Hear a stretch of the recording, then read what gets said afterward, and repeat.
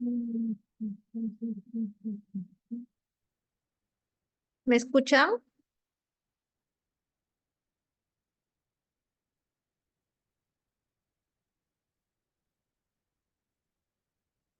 Sí, doctora.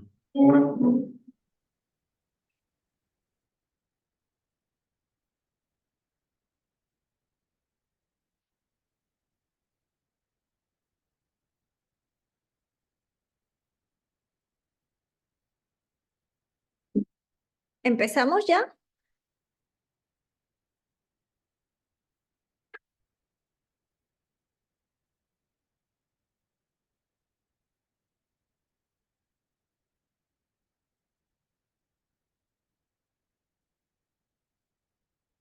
Me avisan porfa si ven mi presentación y si ya empezamos la clase.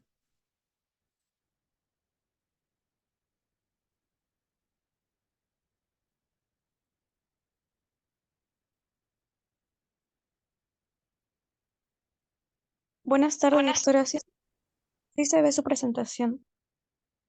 Ok, entonces iniciamos, ¿ya?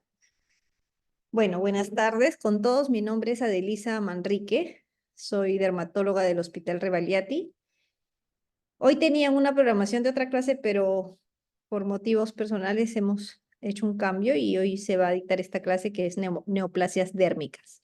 ¿Ok? Bien, con este tema nos referimos a todos los tumores que se desarrollan como resultado de la proliferación de uno o más componentes de la piel. Y como en toda parte de la economía del cuerpo humano, estos tumores pueden tener un comportamiento benigno o maligno. Los tumores benignos se van a clasificar de acuerdo pues al origen de cada estructura celular, ¿no? Por ejemplo, los tumores epidérmicos benignos, tenemos a la queratosis seborreica, al cuerno cutáneo, al nevus epidérmico. Los tumores tipo quistes, tenemos el quiste epidérmico, el milium, el quiste triquilemal. Los tumores que se originan en melanocitos, tenemos el nevus adquirido común o el nevus melanocítico congénito. Los tumores de origen anexial, aquí tenemos la hiperplasia sebácea, los siringomas, el tricoepitelioma. En los de origen vascular vamos a tener tumores benignos como el hemangioma, que es muy común en la infancia, o el granuloma piógeno, que también es bastante común. Y otros tumores como de origen neuroendocrino, muscular o adiposo. Aquí tenemos algunas imágenes, ejemplos de lo que hemos hablado.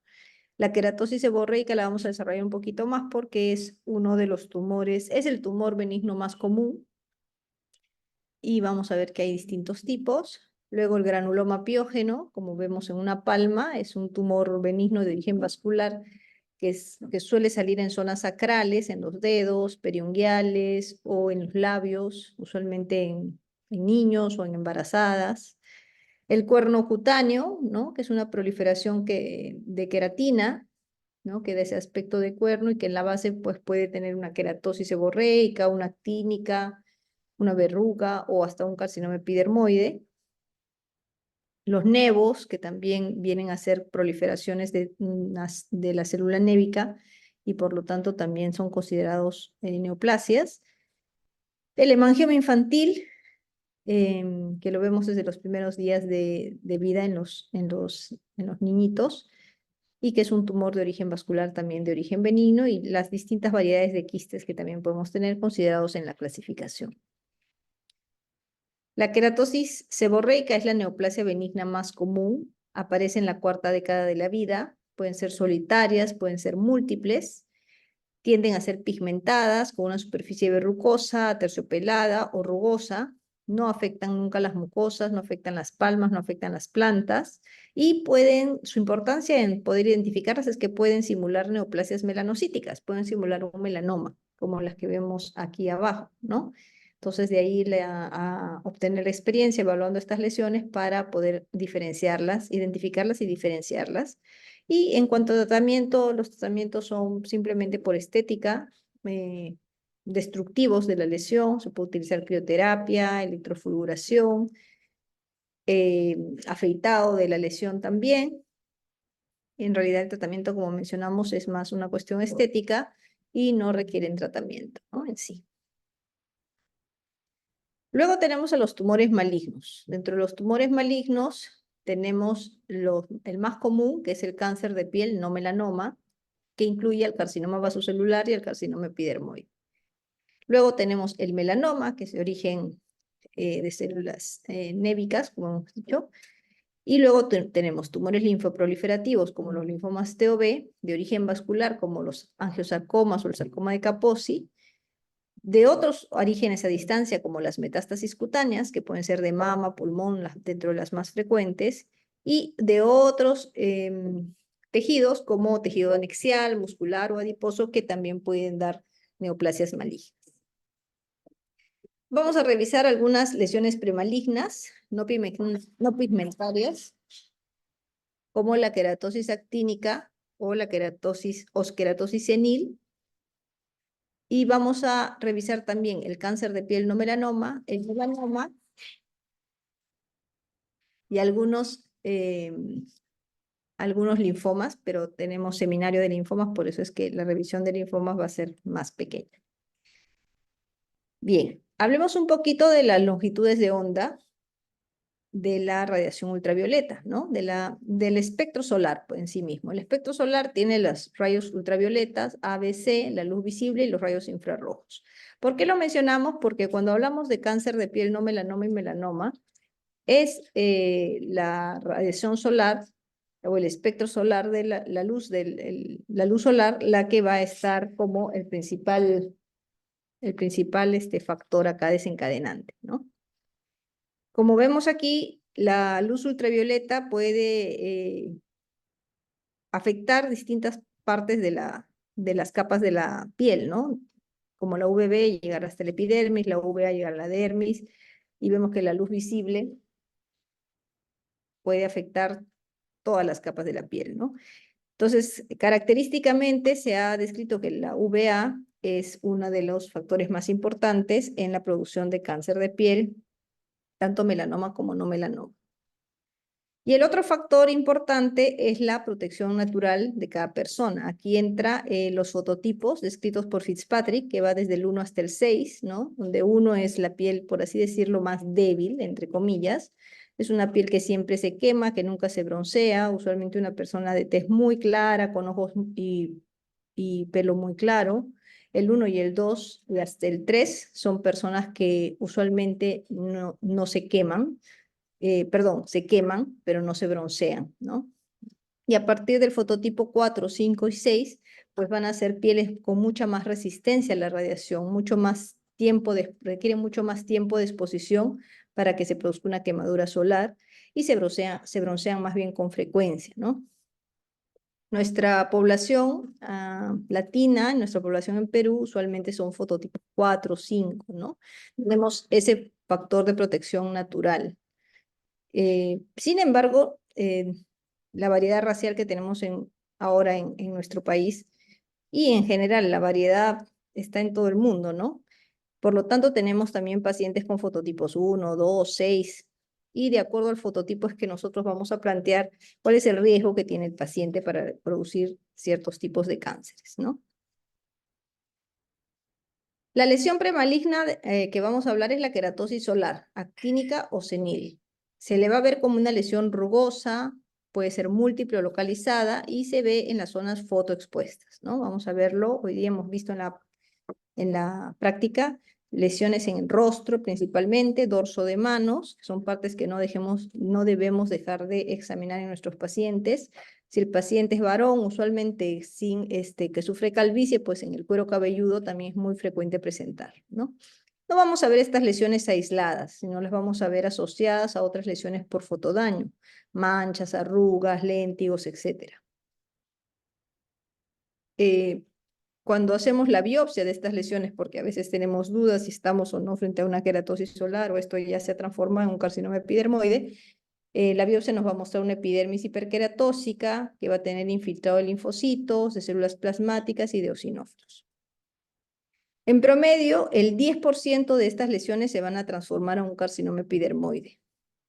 Y como hemos visto aquí en las imágenes, en la clínica, lo que vamos a ver son pápulas o placas a veces eritematosas, a veces color piel y a veces hiperpigmentadas, pero en la cual nos falta esa superficie áspera, rugosa a la palpación, ¿no? Como vemos en estas lesiones. El tratamiento es variable.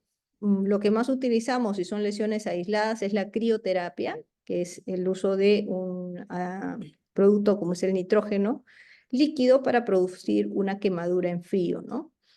Y así las lesiones aisladas puedan ser cauterizadas. Pero también se puede utilizar una cauterización química, por así decirlo, como 5-fluoruracilo, imiquimod o diclofenaco al 3%, que también sirven para hacer un tratamiento de un área completa, ¿no? Por ejemplo, en esta mano, no vamos a quemar 20 lesiones, podemos aplicar estas cremas de imiquimod o diclofenaco durante unas 2 a 4 hasta 6 semanas en forma intercalada, y esto va a ser el tratamiento de todo el área, ¿no? Se llama tratamiento de zona. Pero si tenemos una lesión única, pues podemos utilizar crioterapia o podemos utilizar la electrofulguración, etcétera. Bien, ahora pasemos al cáncer de piel no melanoma. Este es un cáncer más frecuente en países que tienen los dos factores que hemos mencionado: altos índices de radiación y una población con fototipo claro. Un lugar así es Australia, por ejemplo, ¿no? Por eso es que ellos tienen mucho índice de cáncer de piel no melanoma y de melanoma, y tienen siempre actualización de sus guías de tratamiento, ¿no? La gran mayoría va a ser el carcinoma vasocelular, pero un tercio de ellos va a ser el carcinoma epidermoide y predominio es en varones. El 75% de los casos de este cáncer de piel no melanoma se presenta en mayores de 65 años y en general tienen un buen pronóstico. Menos del 10% de riesgo de metástasis, estamos hablando del carcinoma epidermoide, porque el carcinoma vasocelular es muy, muy bajo el riesgo de metástasis. Sobrevida 10 años de carcinoma epidermoide, 80%, y del vasocelular, más del 95%. Y los factores etiopatogénicos para el carcinoma vasocelular, la radiación, el fototipo, y además de estas dos, para el carcinoma epidermoide, también las radiaciones ionizantes, los agentes químicos como el arsénico, las úlceras o las lesiones en cicatrices o posquemaduras, y factores hereditarios que hagan que el paciente pues no tenga las herramientas necesarias para evitar la producción de estos carcinomas, ¿no?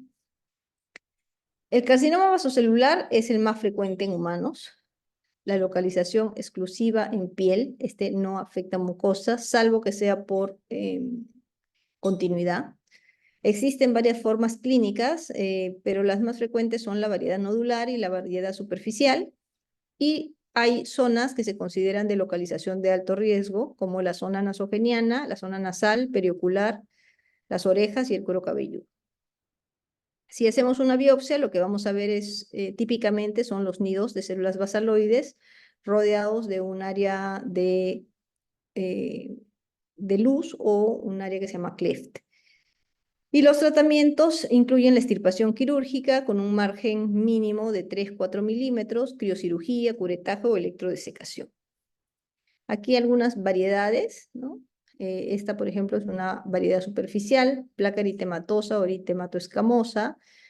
Puede simular otras enfermedades como una enfermedad de Payet, puede simular una enfermedad inflamatoria como la psoriasis o un lupus, ¿no? Y se puede presentar en tronco y piernas de las mujeres y puede dar recidiva. Hay otras variedades más raras, pero que también implican más riesgo, como la variedad morfeiforme. Se va a ver como una lesión plana, esclerosa, amarillenta, no es muy típica de la forma más clásica del carcinoma vasocelular. Y estos suelen ser agresivos, invaden en profundidad y tienden a tener recidiva porque, como no se ven bien los márgenes, suelen sacarse con márgenes muy estrechos o con márgenes incompletos, ¿no? Y por eso dan recidiva. Salvo que se haga cirugía de Mohs, que como vamos a ver más adelante, tiene más beneficio. La forma ulcerada es un carcinoma vasocelular que desde el inicio se forma con una ulceración. Tiene la historia de que el paciente cuenta que tuvo un granito que luego sangra y sangra constantemente. Y esta lesión tiende a dar infiltración y destrucción de los tejidos vecinos, ¿no? Va a tener bordes elevados, duros o acordonados, y en esos bordes vamos a ver las típicas telangiectasias sobre una superficie brillante. El vasocelular pigmentado en nuestro medio es un poquito más frecuente que lo reportado, pero suele verse siempre ese borde perlado clásico que hemos mencionado, pero va a estar acompañado de pigmento. En la histología, como hemos dicho ya, se presentan estos nidos de células basaloides que simulan la capa basal de la epidermis y que además presentan esta separación alrededor típica, que es una retracción que se produce por el tratamiento del tejido y que hace el diagnóstico de carcinoma vasocelular, ¿no? ¿Qué factores de riesgo uno puede pensar o hallazgos para que nos digan esto tiene riesgo de que no se cure, avance o recidive, ¿no? En la histología, la presencia de metatipia, es decir, que el carcinoma vasocelular tenga células que impresionan también cambios como de un carcinoma epidermoide. Eso nos indica que este vasocelular es de riesgo. Que además presenta que sea muy infiltrativo, que tenga infiltración, el nivel de infiltración y el espesor tumoral sea grande, que tenga invasión perineural, que tenga gran ulceración, que tenga cambios reactivos miofibroblásticos o fibroblásticos y que los márgenes no estén bien delimitados. Todos esos factores nos van a decir que este paciente tiene mucho riesgo de recidiva. El diagnóstico se hace, como hemos visto, morfológico, ¿no? Clínicamente, ver el borde perlado, elevado en la periferia, ¿no? Y la lesión ulcerada. Pero ahora usamos la dermatoscopía. La dermatoscopía o esta lupa especial que usamos los dermatólogos nos permite ver pues una estructura, una ultraestructura, por así decirlo, ¿no? Entonces, miren, acá, por ejemplo, esta es la lesión del paciente y cuando hacemos la dermatoscopía, que a la clínica solo se ve una lesión pigmentada, vamos a ver estas estructuras como especie de radiación, ¿no? Unas estructuras pigmentadas que se llaman estructuras en rueda de carro y eso es típico de un carcinoma vasocelular pigmentado superficial. Otro hallazgo que nos hace pensar en el carcinoma vasocelular es la evolución. Es una lesión que crece muy lentamente, en promedio 0,5 centímetros por año. Por eso los pacientes, hay algunos que inclusive dicen, este lunar lo tengo desde que nací, pero probablemente no sea así. Sin embargo, que el crecimiento es tan lento que lleva a la confusión en el paciente, ¿no? Y topográficamente hay que sospecharlo, pues son lesiones que aparecen en zonas fotoexpuestas, como hemos dicho, la gran mayoría de estas lesiones van a aparecer en el rostro.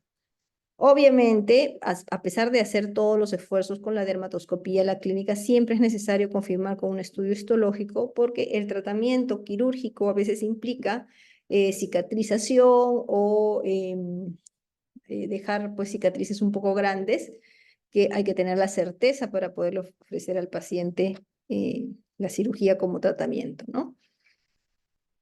Y hablando del tratamiento, el objetivo principal es la eliminación completa de la lesión, pero tratar de buscar un resultado cosmético aceptable, ¿no? En un carcinoma vasocelular podemos utilizar todos estos procedimientos quirúrgicos, curetaje, electrodesecación, inclusive la criocirugía. Pero las únicas herramientas que nos van a dar una extirpación con estudio histológico, es decir, donde no vamos a destruir la lesión, son la extirpación quirúrgica con márgenes y la cirugía micrográfica de Mohs, ¿no? La cirugía convencional nos va a permitir estudiar los márgenes histológicos, va a requerir anestesia, va a dejar cicatriz. En tumores de menos de 2 centímetros, un margen de seguridad de 3 a 4 milímetros nos va a dar un borde libre en un 95% de casos y la profundidad se recomienda llegar hasta la dermis o al tejido celular subcutáneo. Y la otra técnica es la cirugía micrográfica de Mohs, ¿no? Esta es una técnica de elección para tumores de alto riesgo. Ya hemos dicho que el riesgo está en la localización, en el tamaño, etcétera, ¿no? Entonces, los tumores de riesgo como de área periorbitaria, centrofacial, tenemos que preponderar esta técnica, ¿no? Va a permitir un buen control de márgenes porque el cirujano va a seguir sacando tejido hasta que el patólogo vea que ya no hay más márgenes comprometidos, ¿no? Y a su vez va a permitir preservar el máximo de tejidos sanos circundantes porque no se empieza con un margen mínimo de 3 milímetros y no va a ser necesario ampliar en todos los bordes del tumor, sino ampliar en el borde que el patólogo dice que está comprometido nada más. Tiene esa ventaja, ¿no?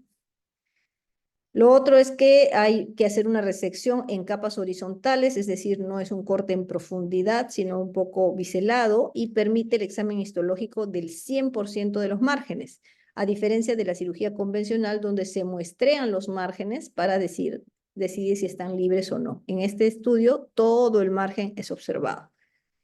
Sin embargo, se requiere de entrenamiento en la técnica, se requiere equipos de alto costo, un criostato y herramientas especiales para poder realizar la cirugía de Mohs y un laboratorio que nos asegure la calidad de las secciones, es decir, nos asegure que el borde está bien estudiado y que se examine el 100% de los bordes, ¿no?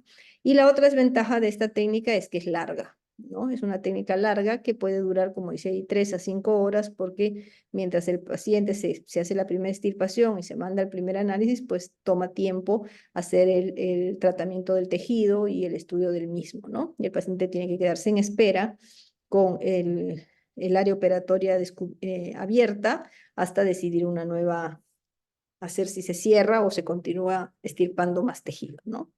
Sin embargo, es una técnica que permite una evaluación al 100% de los bordes, por lo tanto el riesgo de recidiva es muy, muy bajo. Entonces, factores tumorales que nos predicen alto riesgo, tenemos que el tumor sea grande, más de 2 centímetros, que esté ubicado en nariz, párpados, pabellón auricular, surco nasogeniano, cuero cabelludo, labios. Las variedades clínicas agresivas o histológicas agresivas también, como el esclerodermiforme o la variedad ulcerada, que sea infiltrante, que tenga metatipia, que tenga márgenes clínicos imprecisos o que el paciente ya haya recurrido, ¿no? La lesión, ya ha sido operado 1 o 2 veces y recurra. Y además también hay procedimientos no quirúrgicos para tratar, por ejemplo, el carcinoma vasocelular, ¿no? Se puede utilizar radioterapia en tumores muy grandes, en pacientes ancianos, se puede utilizar 5-fluoruracilo intralesional, interferón intralesional. En otros sitios, en Perú no contamos con esto, pero también existe la terapia fotodinámica para tratar tumores sobre todo que no tienen color, quimioterapia, retinoides o imiquimod. La radioterapia es relativamente incruenta y conservadora en mayores de 60 años, en lesiones extensas de difícil reconstrucción quirúrgica o en localizaciones especiales como los párpados, ¿no? O si el paciente tiene una cardiopatía, una contraindicación para la cirugía por cardiopatías, coagulopatías, etc. También en algunos casos, cuando la resección es incompleta, puede ser adyuvante, ¿no? En el posoperatorio. Bueno, el interferón intralesional, muy poco usado, la verdad, pero también está escrito en la literatura como tratamiento, y el imiquimod para formas superficiales de carcinoma vasocelular es un modo de tratamiento, ¿no? Si la lesión no tiene alto riesgo, puede utilizarse imiquimod. En áreas de bajo riesgo, cuando la histopatología no es agresiva, y en adultos inmunocompetentes. Aquí, como vemos en esta imagen, en esta tabla, vamos a ver que la cirugía convencional y la cirugía micrográfica de Mohs son las únicas que nos permiten el estudio de los márgenes, ¿no? Y todos los demás tratamientos no quirúrgicos o quirúrgicos que se realizan, no vamos a poder ver los márgenes y por lo tanto vamos a tener que tener al paciente en seguimiento constante para saber si es que va a haber recidiva o no en esos pacientes. La mayoría de estos tumores carcinoma vasocelular, el riesgo de metástasis es bajísimo y son curables, ¿no? Van a responder favorablemente a los tratamientos y los que tienden a recidiva, como hemos dicho, son las formas infiltrantes o de gran tamaño. Lo que sí sucede es que el paciente que ha tenido un carcinoma vasocelular tiene más riesgo de tener un segundo carcinoma vasocelular u otro cáncer cutáneo. Como les mencionaba hoy en la práctica, la radiación que ha recibido la piel es global, ¿no? No es solo el punto donde está el carcinoma vasocelular. Y por lo tanto, el resto de la piel del paciente tiene riesgo de hacer otro cáncer, ¿no? Y por lo tanto, estos pacientes deben tener un control dermatológico semestral de cuerpo entero, buscando lesiones pues, iniciales, ¿no? Para evitar grandes mutilaciones con la cirugía. El otro tipo de este cáncer de piel no melanoma es el carcinoma epidermoide o espinocelular. Este sí va a afectar, además de la piel, va a afectar mucosas, es localmente invasor, este sí tiene más riesgo de dar metástasis, El principal factor en su etiopatogenia es la radiación ultravioleta, sobre todo la tipo A, como hemos dicho, y clínicamente se puede ver desde una lesión plana, queratósica en la piel como un cuerno cutáneo, o simulando una queratosis solar, puede verse también como una lesión ulcerada o una gran lesión tumoral, como vamos a ver más adelante. En la histología, lo típico es ver las perlas córneas, son células que rodean un centro de queratina, y el tratamiento es, vamos a utilizar todos los métodos quirúrgicos que se usan en el carcinoma vasocelular, el mismo, solamente que el margen de seguridad es mayor. Si el carcinoma epidermoide es in situ, se puede utilizar tratamientos como el imiquimod o el 5-fluoruracil, ¿ya? O la criocirugía. Pero si no es in situ, hay que hacer tratamiento quirúrgico, ¿no? Aquí tenemos unos ejemplos, por ejemplo, este de acá, una forma ulcerada en el labio inferior, es típico, en el borde externo del labio inferior, el carcinoma epidermoide. No solamente es una úlcera, si palpamos esta lesión, se va a sentir una infiltración en el labio, ¿no? Una lesión que puede simular una queratosis solar en el dorso de la mano, pero a la palpación es más infiltrado, o puede ser también que sea considerada una queratosis solar que se cauteriza constantemente y no mejora, hay que hacer una biopsia. O una lesión ulcerada en la oreja, como vemos acá, también puede ser un carcinoma epidermoide, ¿no? Una forma in situ del carcinoma epidermoide es la enfermedad de Bowen. La enfermedad de Bowen se va a ver como una placa terciopelada, puede ser eritematosa, como vemos en estas dos imágenes, con bordes regulares, más o menos bien definidos, o puede ser una placa marronácea, eritematosa, con superficie algo costrosa, como vemos acá, ¿no? Esta es la forma in situ del carcinoma epidermoide. Otra forma in situ del carcinoma epidermoide es la eritroplasia de Queyrat, ¿no? Que se va a ver como una placa también aterciopelada o algo erosiva en la zona del glande, ¿no? También los bordes son más o menos regulares o algo más o menos definidos, ¿no? Lo bueno de estos tipos de formas in situ es que pueden ser tratables con quimioterapia tópica, ¿no? Como 5-fluoruracilo o imiquimod tópico. Bien, y ahora pasamos a lo que es el melanoma maligno. Este es un tumor que se origina en los melanocitos. Tiene alta incidencia en varias partes del mundo, está aumentando la incidencia del melanoma. En Australia tiene 15 casos por 100.000 al año. Y hay mayor predisposición en la raza blanca, hay dos picos de incidencia entre los 30 y 50 años, que es el melanoma extensivo superficial o el melanoma de extensión superficial, y otro después de los 65 años. Y la incidencia se viene incrementando año a año. Dentro de su etiopatogenia, obviamente, tenemos la luz solar, pero también para algunas formas de melanoma, como el melanoma cral, está descrito el traumatismo repetitivo, sobre todo en las poblaciones asiáticas, se ha descrito esto, y entre un 5 y 23% de melanoma se va a desarrollar a partir de un nevus previo, ¿no? Por lo tanto, la detección temprana es la herramienta más importante en el manejo. Dentro de las variedades clínicas tenemos el melanoma de extensión superficial o extensivo superficial, como vemos acá, es un melanoma que sale en tronco, en brazos, ¿no? Usualmente en caucásicos. Luego tenemos el melanoma léntigo maligno, que es un melanoma de crecimiento muy lento, que se ve en rostro de personas ancianas. El melanoma nodular, que es un melanoma que desde el inicio tiene un crecimiento vertical, no en plano, y forma un nódulo azulado o negruzco, tiene mal pronóstico. Y el melanoma cral, que es el que vemos más frecuentemente en poblaciones latinoamericanas, asiáticas o negras, y que se presenta en las palmas, plantas o en las uñas, ¿no? El melanoma extensivo superficial es una placa irregular, se va a ver que afecta en la epidermis y la dermis papilar. Tiene una primera fase de crecimiento radial y con el tiempo va a crecer en profundidad hacia la dermis, ¿no? Es la forma más frecuente de presentación, 70% de los casos, sobre todo estamos hablando de poblaciones de más raza blanca, más frecuente en torso, en varones y en miembros inferiores en mujeres. La edad media al momento del diagnóstico es alrededor de los 44 años y suele ser una placa pigmentada, palpable, de 1 a 2,5 centímetros de diámetro, de color marrón, oscuro, negruzca o parduzca y que puede presentar áreas claras. Si vemos esta lesión es la típica por la cual se creó el ABCD, ¿no? Para identificar a los tumores, ¿no? Para identificar el melanoma dentro de los nevos, ¿no? El A de asimetría, el B de borde irregular, el C de varios colores, el D de diámetro, crecimiento, ¿no? Mayor de 6 milímetros. Entonces, eso es lo que se ve un melanoma de extensión superficial. El melanoma léntigo maligno es el melanoma de los ancianos, ¿no? 5 a 10% de todos los melanomas, un comportamiento biológico similar al anterior, pero se ve en personas mayores, ¿no? En la cara, en el cuello, en zonas de fotoexposición crónica, frecuente, ¿no? Por ejemplo, cara, oreja, siempre están expuestos a la luz.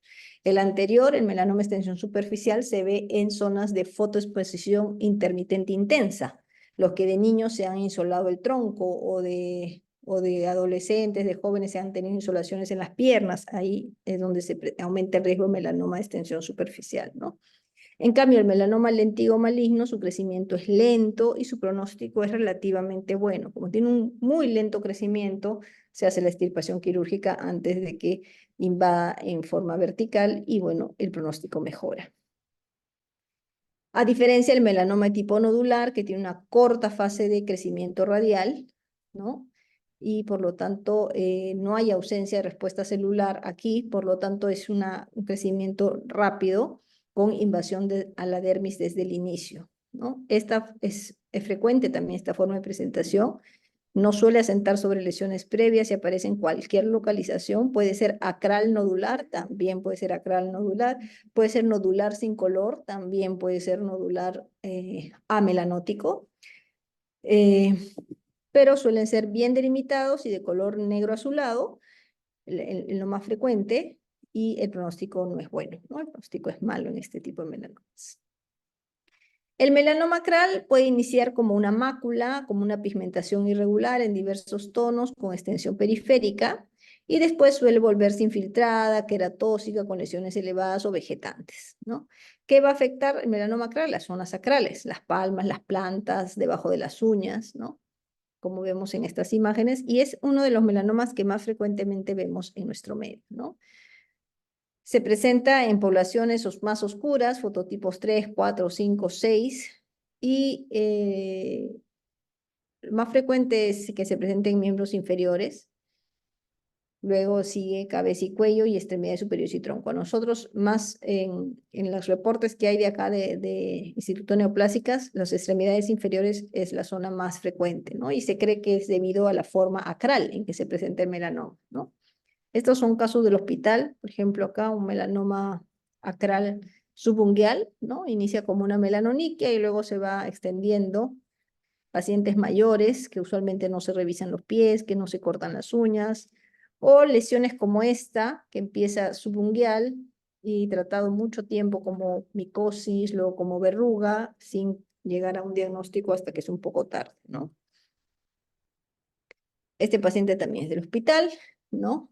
Vemos así, empieza la lesión y el paciente no se ve la planta, el paciente anciano no se revisa la planta, ¿no? Depende de un cuidador para que le encuentre la lesión y pueda diagnosticarse temprano, pero como vemos acá, este es el talón y el pie es una lesión muy extensa, en crecimiento probablemente en años, ¿no?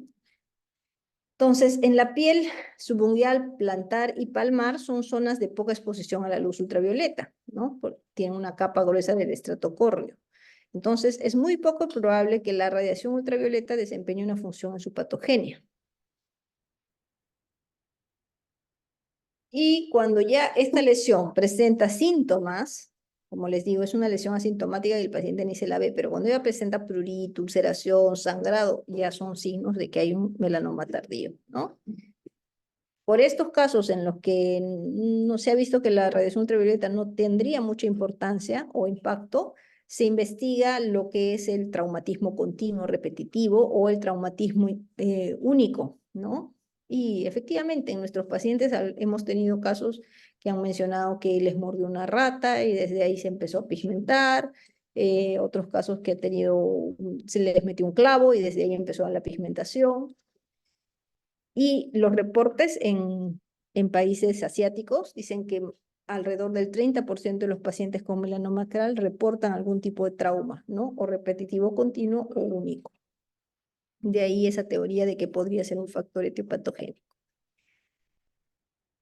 Bien, entonces, cuando ya estamos frente a un paciente con una lesión pigmentada, antes de decir ya hay que hacer una resección amplia de esta lesión porque es un melanoma, hay que confirmar la naturaleza del tumor mediante una biopsia. La biopsia nos sirve para determinar el índice de Breslow o el nivel de Clark, que son medidas que nos indican la profundidad de la lesión, ¿no?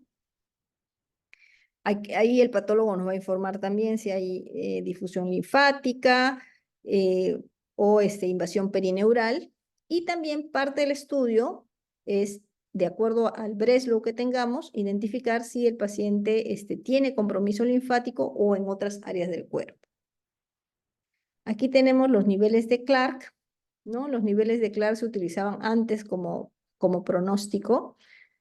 El 1 es que solo afecta la epidermis, el nivel 2 que afecta la dermis papilar, el nivel 3 que llega hasta la unión entre dermis papilar y dermis reticular, el 4 es que llega hasta la dermis reticular y el 5 es que atraviesa toda la dermis y llega hasta la grasa subcutánea. Sin embargo, se ha visto que no hay mucha relación entre el nivel de Clark y los factores como factor pronóstico, y desde entonces lo que se utiliza es el nivel de Breslow, que es la invasión de las células tumorales en milímetros, más que eso, en capas, ¿no? Entonces hay de 0 a 1 milímetro, hasta 2 milímetros, 3 milímetros, 4 o más milímetros, ¿no? De invasión. Y se mide a partir de la capa granulosa del epidermis esa invasión, los milímetros, ¿no? Y sí se ha visto que el índice de Breslow en profundidad en milímetros sí predice mejor el pronóstico del paciente. Por lo tanto, ahora se reporta también el Clark, pero es más factible utilizar el índice de Breslow para la clasificación. Y así lo dicen las guías de melanoma, pues utilizan para ver el T1, T2, T3, T4, el índice de Breslow, ¿no? Cuánto tenemos de profundidad.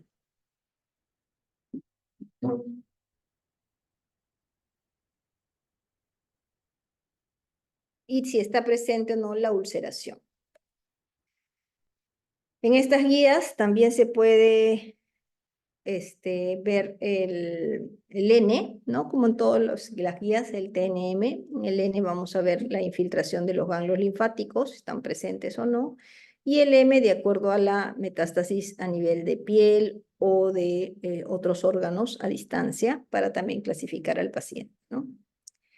Y así el estadiaje se va a hacer de acuerdo al TNM, ¿no? Teniendo nosotros, la gran mayoría de nuestros pacientes, un estadio 2, 2B usualmente, o 2A, son lo que la mayoría de nuestros pacientes tienen en el hospital. Lo ideal es que tengan tumores in situ, ¿no? Para que tengan un mejor pronóstico. Acá vemos también una tabla donde nos muestran los estadios y su supervivencia a los 5 años, ¿no? Los estadios, mientras más el Breslow es menor, es decir, menos de 0.8 milímetros, el pronóstico a los 5 años es mucho mejor. Y mientras mayor sea el estadio, es decir, más profundidad o más compromiso de metástasis ganglionares o a distancia, la supervivencia a los 5 años es menor. Obviamente, todos estas tablas son previas a la inmunoterapia que ahora se utiliza, que ha mejorado notablemente el pronóstico de melanoma, ¿no? Muy bien, aquí vamos a ver algunos ejemplos. Melanoma maligno de extensión superficial, una paciente, un poquito antiguo el caso, pero para notar de que hizo una reacción vitiligoide alrededor del melanoma, ¿no? Vemos acá una mancha acrómica alrededor de su melanoma. Un caso de melanoma acral, ¿no? El paciente presenta que señala la flecha, es una mancha a nivel del límite proximal de la uña, que se llama signo de Hutchinson, ¿no? Y que es altamente indicativo de que el paciente tiene un melanoma. Otro melanoma acral. En este caso podemos ver las bandas negruzcas que comprometen toda la uña. En melanoniquia, cuando hablamos de riesgo de melanoma, hablamos de bandas irregulares de distinto tamaño, de distinto color y sobre todo si el ancho de afectación es más de 6 milímetros, estamos pensando en un melanoma también. De la literatura, un melanoma acral, como vemos acá, bien difícil de diagnosticar si es un paciente mayor, ¿no? Empieza en esta zona del espacio interdigital, así hemos tenido pacientes que nunca se dieron cuenta hasta que se ulceró la zona y recién ahí se identifica el melanoma, como acá vemos cómo pinta esta imagen, ¿no? De las células del melanoma. Un caso de melanoma con múltiples metástasis en piel, ¿no? Metástasis eh, a distancia, ¿no? Del melanoma, múltiples nódulos pigmentados en este paciente. Otro caso de melanoma, pero a nivel del glande. Carcinoma epidermoide, lo vamos a ver usualmente ulcerado, con una zona de queratina, con eritema, o también lesiones tumorales, como en este caso este paciente que tiene una lesión tumoral acá, otra gran lesión tumoral acá, otra lesión tumoral acá, ¿no? Probablemente, como hemos dicho, el tratamiento debe implicar todo el área, ¿no? Es un paciente que toda esta zona ha recibido múltiples radiación ultravioleta o de repente otro tipo de radiación ionizante, ¿no? Y acá, como vemos, tiene queratosis solares también múltiples y grandes tumores. Otro paciente con una placa media hipopigmentada o eritematosa, que en la superficie tiene estas protrusiones con queratina y costra. Esto es también un carcinoma epidermoide. Otra lesión tumoral ulcerada en el labio inferior. Si uno la palpa, está indurada, infiltrado el labio. Otro carcinoma epidermoide. Y otros ejemplos de carcinoma vasocelular. Acá tenemos esta lesión. Hemos dicho que el carcinoma vasocelular no infiltra las mucosas, pero sí por continuidad, ¿no? Si el tumor empieza acá, puede infiltrar la mucosa labial y profundizarse. Como en este caso ha aparecido pegado a la narina y entonces puede infiltrar también la mucosa de la nariz, ¿no? Pero lo que nos hace el diagnóstico clínicamente es esta ulceración con este borde perlado típico, este borde brillante, que si ya tuviésemos un dermatoscopio en la mano y lo miramos, pues vamos a ver ahí las típicas telangiectasias o vasos arboriformes. Otra lesión tumoral en el dorso de la nariz, que tiene zonas de queratinización o zonas de costra. Este fue un carcinoma vasocelular, pero podría ser tranquilamente un epidermoide o un vaso escamoso, es decir, un carcinoma vasocelular con metatipia que tiene también características de epidermoide. Otra lesión a nivel de región supralabial, una lesión tumoral. Dentro de esta lesión tumoral vamos a ver que tiene un borde brillante, perlado, ¿no? Que nos hace el diagnóstico de carcinoma vasocelular. Este también fue un carcinoma vasocelular. Y por último vamos a hablar un poco del linfoma cutáneo, ¿ya? El linfoma cutáneo primario. Son aquellos linfomas que se desarrollan en la piel sin evidencia de afectación extracutánea en el momento del diagnóstico, tras una estadificación completa que incluye un estudio de médula ósea y exploraciones radiológicas. Pueden ser los linfomas, tanto de células T como células B. Acá tenemos esta clasificación de la OMS de los linfomas cutáneos de células T y natural killer, también los linfomas de células B y las neoplasias de precursores hematológicos. Y dentro de los linfomas cutáneos de células T, que son los más frecuentes que se ven en la piel, tenemos a la micosis fungoide y sus variantes, que son los linfomas más frecuentes en la piel, ¿no? Pero hay múltiples variantes de linfoma cutáneo T y B. Y vamos a hablar de la micosis fungoides. Es el linfoma cutáneo de células T o linfoma no Hodgkin. Afecta primero la piel y luego puede ir a sangre, nódulos linfáticos y vísceras. Es la variante más común en la micosis fungoide, el 54-72% de todos los linfomas cutáneos de células T. Su incidencia es una incidencia de 6.4 millones de pacientes en un periodo muy largo en Estados Unidos.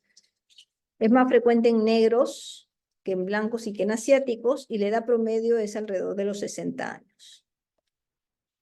Su patogénesis, la etiología es desconocida, se cree que hay una estimulación antigénica crónica por células T malignas con incremento de sus receptores, y se ha visto que hay un factor disparador infeccioso que podría ser estafilococo, especies de clamidia como superantígenos o virales también, HTLV1, citomegalovirus o Epstein-Barr.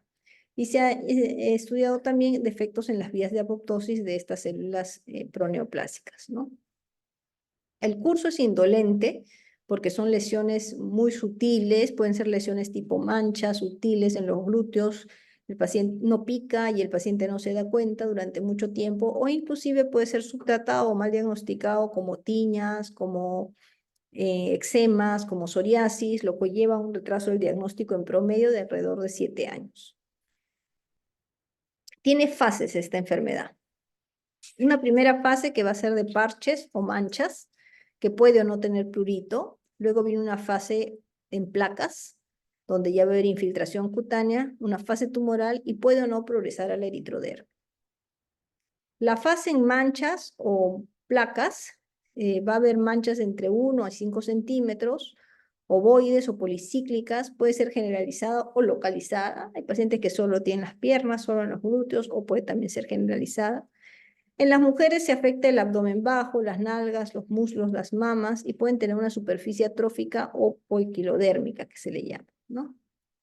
Aquí una afectación típica, una paciente de fototipo claro, con estas manchas rosadas, marronáceas, ¿no? Que están afectando los glúteos. Y en la fase en placas, ya vamos a ver la misma zona de localización, pero ya esto tiene, a la palpación se siente infiltrado, ¿no? Puede simular una psoriasis, puede simular un eczema, una tiña, ¿ya? Pueden comprometer palmas y plantas, pueden confluir, pueden ulcerarse, y puede ya desde esta etapa tener compromiso linfático. Una imagen de un paciente del hospital que tenía estas placas, ¿no? Eritematosas, y que progresivamente por el uso de fototerapia sufrió pigmentación de las mismas progresivo, ¿no? Pero un paciente que tenía compromiso en médula ósea y que tuvo un mal pronóstico. Estas placas con el tiempo van a producir nódulos. Bueno, hablemos claro de que no todos los pacientes en fase placa pasan a ser nódulos, pero algunos pacientes sí pueden progresar a presentar nódulos que van a coexistir con las placas en el paciente, ¿no? Y estos nódulos, el riesgo que tienen o tumores es de ulcerarse y de sobreinfectarse, ¿no? Esa sobreinfección de los tumores es lo que lleva a la alta mortalidad que tienen esta fase, estos linfomas, ¿no? La fase eritrodérmica se va a ver como un proceso exfoliativo generalizado, con eritema generalizado. El paciente tiene pelo escaso, uñas distróficas, palmas y plantas hiperqueratósicas, y con el tiempo estos pacientes que suelen estar eritematosos se van a hiperpigmentar, lo que se llama melanoeritrodérmica. Suele pasar en los pacientes en nuestro medio. ¿Qué otras manifestaciones? Van a tener compromiso linfático, esto predice la progresión y reduce la sobrevida, y por lo tanto hay que tener también parte del estadiaje, estudios de imágenes de compromiso no solo linfático con ecografía, sino tomográfico para ver compromiso hepático, esplénico, pulmonar, etc. Y también aspiro de médula ósea en los casos donde hay sospecha de compromiso del mismo.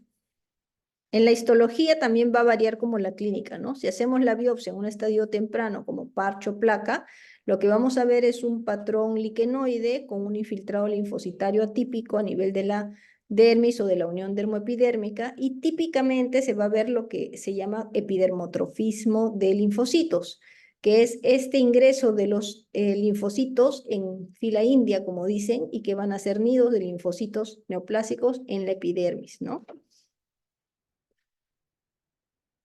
Si ya le hacemos la biopsia a una placa gruesa o a un tumor, ya vamos a perder ese epidermotropismo, es decir, ese ingreso de linfocitos dentro de la epidermis, y más bien vamos a ver este infiltrado linfocitario denso a nivel de la dermis o del tejido celular subcutáneo con o sin núcleos cerebriformes.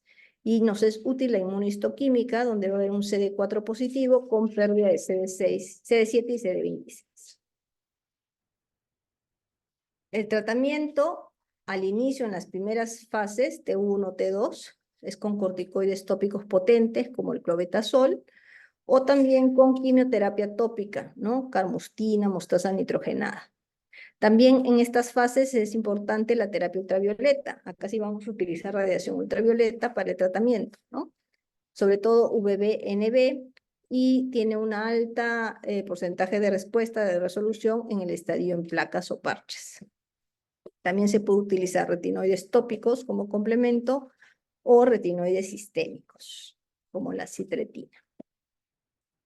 Muy bien, chicos, hemos terminado. ¿Hasta ahí hay alguna pregunta?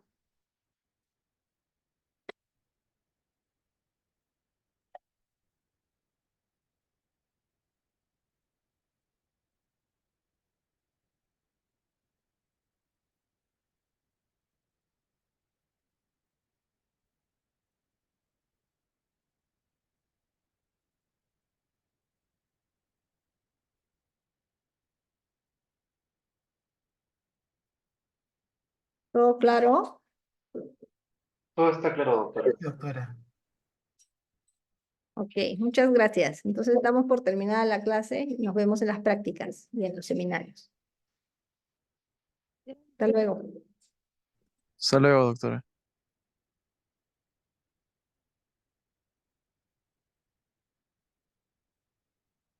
Ay, ya. Contra todo pronóstico ahí, la Vilma haciéndome bulla en la clase, y el otro ladrando. Por más que lo bajé, seguía ladrando.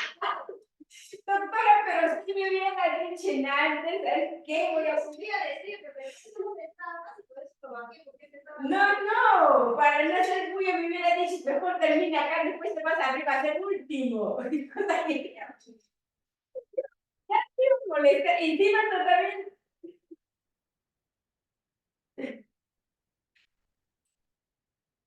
La próxima vez, mi doctora, yo termino de acá, ya no le fastidio.